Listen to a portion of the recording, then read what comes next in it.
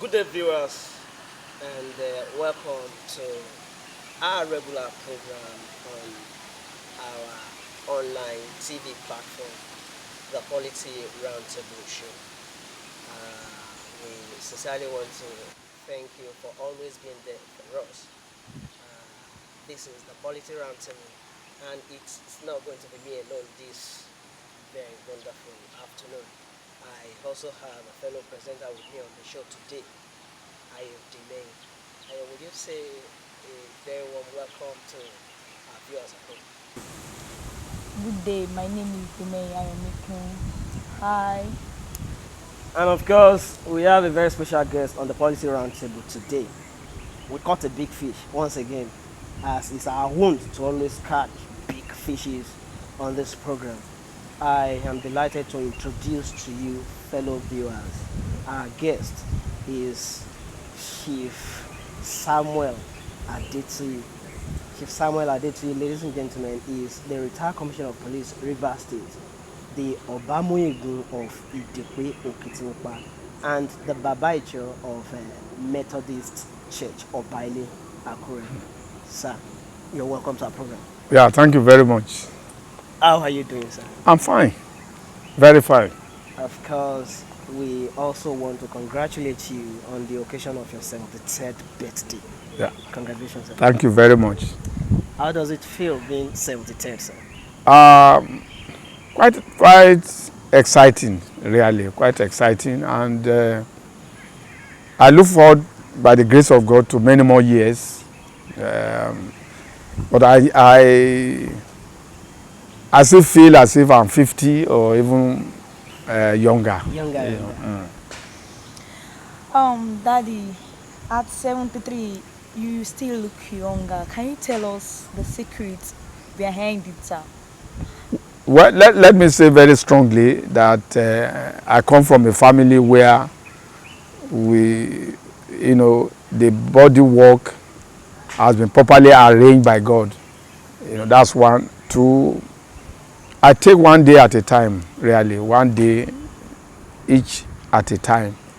I really don't bother myself so much on things that usually maybe it doesn't work my way. I just put them behind me, and I'm also athletic. Every morning I do some workout, and I try to live moderately. So that's what I believe. And God, of course, the ultimate thing is that God has been very, very faithful to me all my life. So it's a combination of all this that has kept me looking the way I am now. Wow. Are you telling me now that you are involved into exercise? Yes, I do that almost every day when I wake up, and I've done my usual,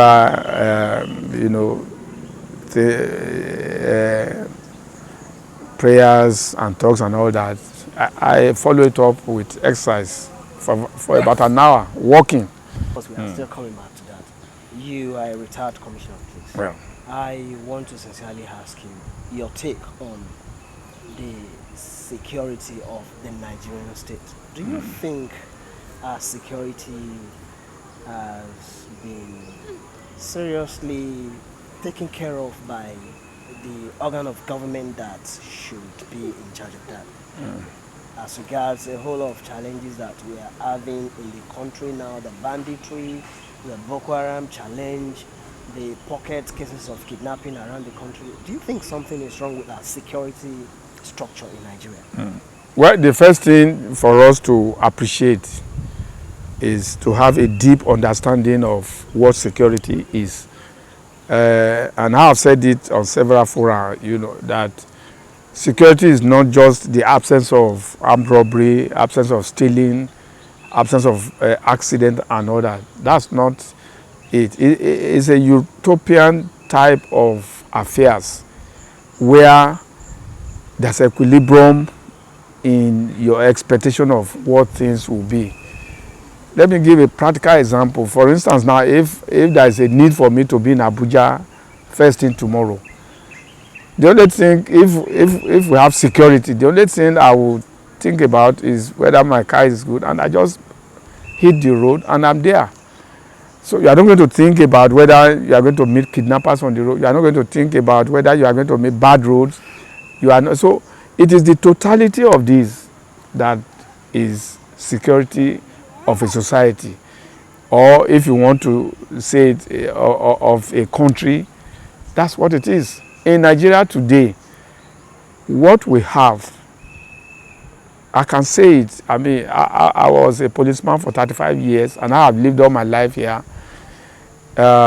We don't enjoy any form of security if we want to talk in absolute terms, because government, at federal level, at the state level, at local government level, they haven't done enough that can guarantee security. That is the truth.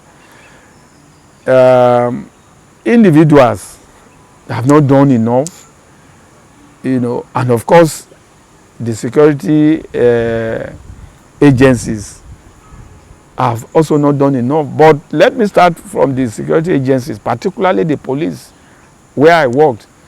It's not possible for the police to achieve anything better than what they have now, with the way the police is structured, with the way the police is equipped, with the way the police is trained, with the way, in short, the capacity that the police have. There's nothing they can't do anything better than what they are doing. I am even surprised that the level of security dividend at the moment can still be attained with what the police has. So it is not about grandstanding. It is not about politics. It is about a down-to-earth arrangement, strategies that can deal with security. What we have now can't attain that level we are all expecting. But I won't come on a program like this and expose the underbelly of the police or other security agencies. That will not be fair. But of course, we must say what is true and what it should be. So the police can't do more than what they are doing now.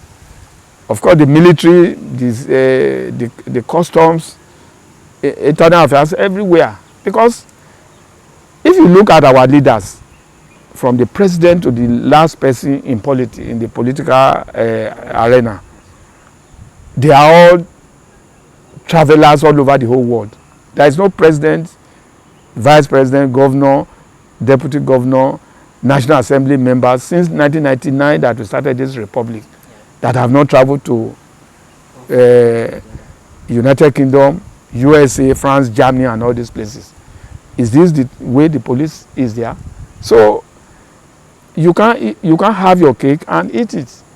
So if you want an efficient police, then you must prepare to give capacity to the police. If you want a customs, you must give capacity. I can give you a practical example. A few years ago, I was in the US, Los Angeles specifically, and there's a road between Los Angeles and San Diego. It's 14 lanes. On that 14 lanes, there are 5 lanes in the middle, either way, and 2 lanes are service lanes, either way too. And most cars in the middle are going at maybe 120, 140 and all that. So I asked myself, when I watched for about 30 minutes, I asked myself, where will a policeman stand to be asking for anything? Where will armed robber even come and say they want to stand on the road? Where? Or a kidnapper? So it's not about the police at all. It's not about customs. It's not about the army. If you go to the US, of course, you put in your luggage, it goes in. You can't touch anything there. You can't see anything. And if there is something you put there, it will be picked out. But get to our airport here, you see, you have to open your, you bring your singlet, your pants, your shirt. I mean, that's offensive. That's not. So Nigerians must say we have had enough of all this that we have. I feel ashamed, because I have seen in other places, yes. So in a way, society needs a facelift. Absolutely, it's a paradigm shift. It's a total, not just grandstanding and window dressing. No, it's not just about policy no, statement. no, no. It's at all. Actual effecting change Yes, that works. and truly, when you look at this country, we are in the 21st century, where you have technological gadgets that can do anything, where a human being cannot. You see a policeman standing on the road. He's trying to climb a trailer to say what is he carrying. What can he see? He can't see anything. But of course, that's the best that the police can do. Are you advocating modern ways of policing, sir? Of course, that's why are you using this telephone? Why didn't you use the one that you dial like this and dial like, This is, we are in the 21st century. We should benefit from those technology, which, yes, that's why you have a computer. All the things inside this phone now, you can, even a lorry cannot carry. Yes. So anyway, thank you for your opinion. I'd like to ask, do you think that the Southwest the Southwest security arrangement, codename Amoteku, will be up to the task of securing the Southwest region? Well, I really wouldn't have liked to talk on this because a lot of people will misinterpret my opinion. But I can say it. There's something wrong. Of course, there's something wrong within the framework of our constitution that forbids Amotekun being in place, because the police is the agency that is saddled with the responsibility of internal security to the exclusion of others. But the federal government are obeying that clause. In the breach. They have established other agencies. So why are they nobody can stop Amotekun from being in place. But having said that, my belief as somebody who has gone through security duties over the years is that if you create Amotekun as a parallel force to the police, we are not going to achieve anything. I have been with the West, let me put that way, when this Amotekun has been discussed, and I was part of it, and I was always saying that it is not about having a force. No. What we are looking for is security. So what can provide security is a sort of integration between Amotekun and the police. This must be worked out by practitioners, not pseudo security experts. People in Nigeria today, anybody can call himself a security expert. You ask him, which school did you attend? You are not a lawyer. You are not a policeman. You are not going to any training on security. One day you wake up and say, I'm a security consultant or expert. And then they are the people the government is listening to. But I'm saying that if you are going, all these people that are terrorizing the country, they are not they don't stay on the road. They come from the bush, attack people, and they move back. Can you say that Amotekun by itself can withstand that? No. In other countries, there are more effective methods. Amotekun will supplement by giving information, because you need information to be able to perform excellently. What we have in Nigeria is there's a crisis, somebody is kidnapped, then we run after them. That's not security.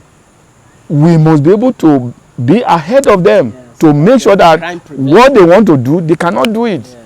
So it requires Amotekun, it requires the police, it requires the local people, it requires everybody.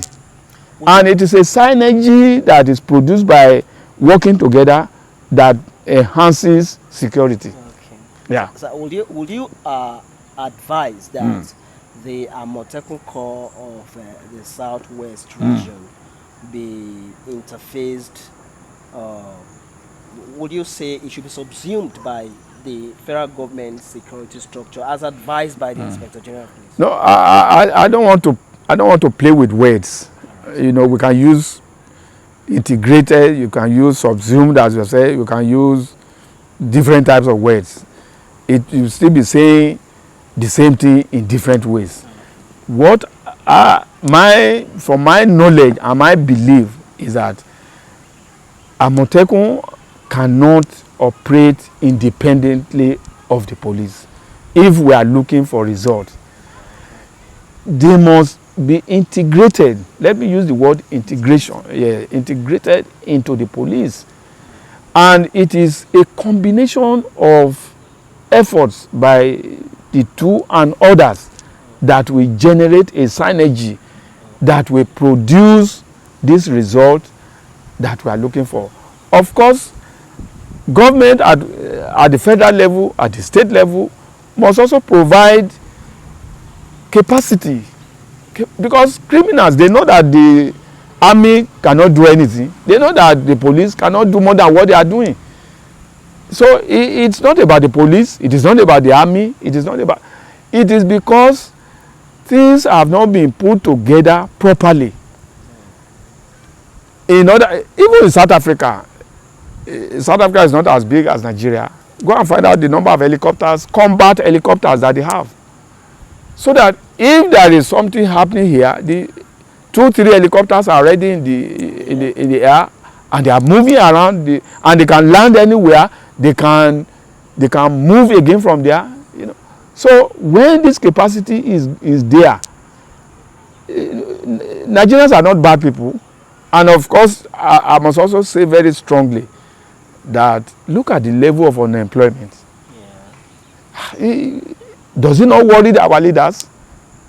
Is frightening.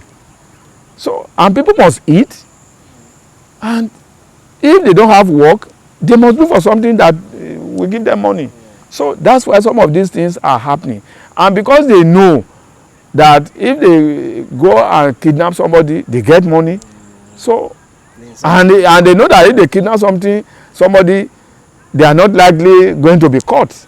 So they will continue again and again, and the more they are doing it, the more they still want to do more. Yeah, because it fetches them money, and they know that they are not going to be caught. How many of these robberies? Of course, I give credit to the police. Some of these armed robbery cases that they had arrested suspects, it's not a mean thing that they have done. But in this country, who acknowledges the police? Nobody. So and then when somebody will say, the police, they are collecting money on the road.